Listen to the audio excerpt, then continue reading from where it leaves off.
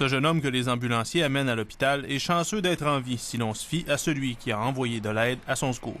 S'il n'y avait pas eu les gardes-côtes qui passaient là hier, là, ce gars-là serait plus de ce monde aujourd'hui.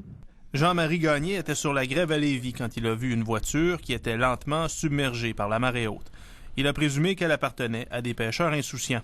Mais après une trentaine de minutes, il a compris que ces pêcheurs devaient être en détresse. Au bout d'un certain temps, je voyais que l'eau était rendue, le véhicule. Je suis redescendu avec ma vanne, puis j'ai frappé dans le vide, puis il n'y avait personne. Donc j'ai vu qu'il y avait du matériel de pêche. J'ai dit, oh, les petits gars sont peut-être embarqués avec un canot, puis sont peut-être dans le trouble. On va appeler la police, je pense. Deux jeunes hommes de Lévis étaient partis à la pêche sur le fleuve en début de soirée. Leur embarcation a chaviré.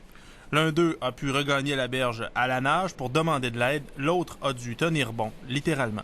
Le monsieur était assis sur la boîte carrée que vous voyez, la boîte à batterie. OK. Puis vous attendez là patiemment? Oui, il nous attendait là, puis il bougeait pas. Ce sont les gardes-côtes qui ont rescapé le deuxième pêcheur. Il avait passé près d'1 heure dans l'eau froide du fleuve. Il souffrait d'hypothermie sévère. Poser quelques questions, justement.